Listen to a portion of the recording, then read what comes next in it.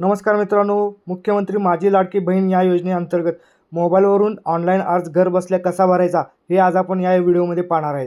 Online अर्ज भरण्यासाठी आपणाला नारी शक्ती हे ॲप डाउनलोड करायचं आहे आणि नारी शक्ती ॲपमध्ये काही जे बदल झाले आहेत, अपडेट झालेले आहेत, त्यानुसारच आज आपण हा फॉर्म भरणार आहे. तर व्हिडिओ हा शेवटपर्यंत बघा आणि चॅनेलला सबस्क्राईब करा. चला तर मग व्हिडिओ सुरू करू. प्ले स्टोअरमधून आपल्याला नारी शक्ती हे ॲप डाउनलोड करायचं आहे. त्यासाठी आपण नारी शक्ती टाईप केल्यानंतर नारी शक्ती दूत ॲप हे आलेलं आहे. बघू शकता हे कशाप्रकारे सिम्बॉल आहे नारी शक्ती ॲपचा. हे आपण इन्स्टॉल केल्यानंतर ओपन करू. ओपन केल्यानंतर नारी शक्ती ॲपचा असा इंटरफेस येईल. नंतर आपण इथं लेफ्ट साईडला स्किप ऑप्शन आहे, तो स्किप ऑप्शन आपण क्लिक करायचा आहे. ते स्किप ऑप्शन क्लिक केल्यानंतर इथं तुम्हाला लॉग इन ऑप्शन येईल. लॉग इन ऑप्शन आल्यानंतर इथे तुम्हाला मोबाईल नंबर टाकायचा आहे आणि काही ज्या टर्म्स अँड कंडिशन त्या स्वीकारायच्या आहेत. नंतर आपल्याला 4 अंकी OTP येईल. तो OTP एंटर करायचा आहे. तो OTP एंटर केल्यानंतर व्हेरीफाय करून लॉग इन होईल.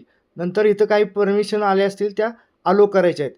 तिथे परमिशन दिल्यानंतर सगळ्या परमिशन अलो केल्यानंतर इथे नंतर प्रोफाईल अपूर्ण आहे ते पूर्ण करण्यासाठी इथे क्लिक करा असा मेसेज येईल. इथे आपल्याला प्रोफाईल अपडेट येईल. इथे आपल्याला अर्जदाराचे पूर्ण नाव, ईमेल ID, जिल्हा, तालुका आणि नारी शक्ती प्रकार.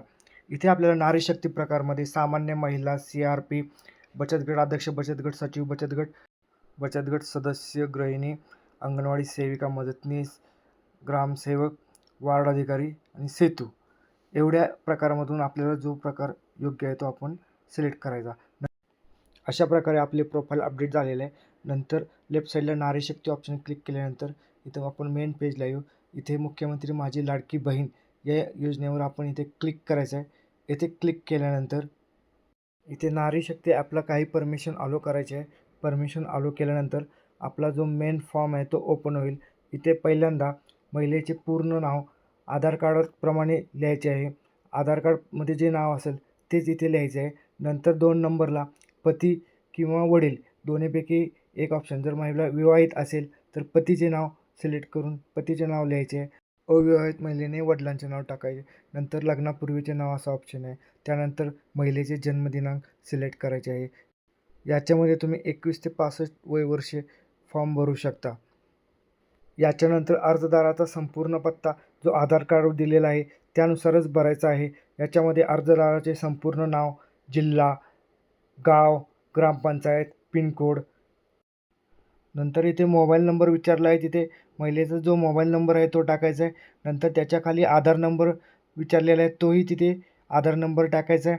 त्यानंतर शासनाच्या इतर कोणत्या विभागामार्फत आर्थिक योजनेचा लाभ घेत आहात का, तर इथे जर होय असेल तर तिथं होय करायचं आहे आणि जी रक्कम असेल ती टाकायची आहे. पण एक लक्षात ठेवा, तिथे 1500च्या आतमध्ये लाभाची रक्कम पाहिजे. जर ते 1500च्या वरती असेल तर तो फॉर्म रिजेक्ट होऊ शकतो. जर तिथे नसाल तर नाही म्हणून टाकायचं आहे. नंतरचं ऑप्शन वैवाहिक स्थिती सिलेक्ट करायची आहे. तिथे विवाहित, अविवाहित, निराधार, विधवा, घटस्फोटित जो काही असेल ते टाकायचं आहे. त्यानंतर महिलेचा जन्म परराज्यात झाला आहे का तो ऑप्शन सिलेक्ट करायचा आहे. होय असेल तर त्या राज्याचे नाव लिहायचे, नाही असेल तर नाही.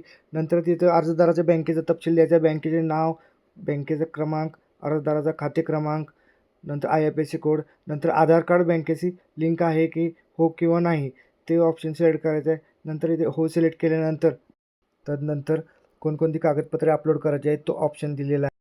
त्यामध्ये 1 नंबरला आधार कार्ड आहे. आधार कार्डचे फ्रंट आणि बॅक दोन्ही पेजेस एकत्र करून आपणाला इथं फोटो अपलोड करून जोडायचा आहे. त्यासाठी आपण आधार कार्डवर क्लिक केल्यानंतर इथं फोटो सेव्ह केलेला किंवा लाईव्ह फोटो काढा असा ऑप्शन येतो. यापैकी एक ऑप्शन सिलेक्ट करून आपण इथे फोटो अपलोड करायचा आहे. त्यानंतर 2 नंबरला आदिवास प्रमाणपत्र किंवा जन्म प्रमाणपत्र किंवा शाळा सोडल्याचा दाखला. तर 3 नंबरला उत्पन्न प्रमाणपत्र किंवा पिवळे किंवा केशरी रेशन कार्ड असा ऑप्शन येतो. त्यानंतर अर्जदाराचे हमीपत्र झाल्यानंतर बँक पासबुक झाल्यानंतर महिलेचा जन्म जर परराज्यात असेल तर पतीचे कागदपत्र. त्यानंतर अर्जदाराचा फोटो हा लाईव्ह फोटो घ्यायचा आहे. इथे कोणीही पासपोर्ट साईज फोटो अपलोड करायचा नाही. त्यानंतर ॲक्सेप्ट हमीपत्र डिस्क्लेमर करायचं आहे. नंतर माहिती जतन करा ऑप्शनवर क्लिक करून फॉर्म सबमिट करायचा. इथे एक लक्षात ठेवा, हमीपत्र हे महिलांच्या योजना या ऑप्शनमध्ये दिलेलं आहे. ते डाउनलोड करून प्रिंट काढून पेनाने त्याच्यावर सही करून मगच ते अपलोड करायचं आहे, ते पण फोटो काढून. इथे डिजिटली सिग्नेचर करून कोणी हमीपत्र अपलोड करू नये. आणि जे रेशन कार्ड अपलोड करणार आहेत त्यांनी फ्रंट आणि बॅक साईड दोन्हीही एकत्र फोटो काढून अपलोड करायचे आहेत. तसेच आपला फॉर्म सबमिट झाल्यानंतर पेंडिंगला राहील. गव्हर्नमेंट तो स्वीकारेल, ॲक्सेप्ट करेल, त्यानंतरच आपल्या खात्यामध्ये पैसे जमा होतील.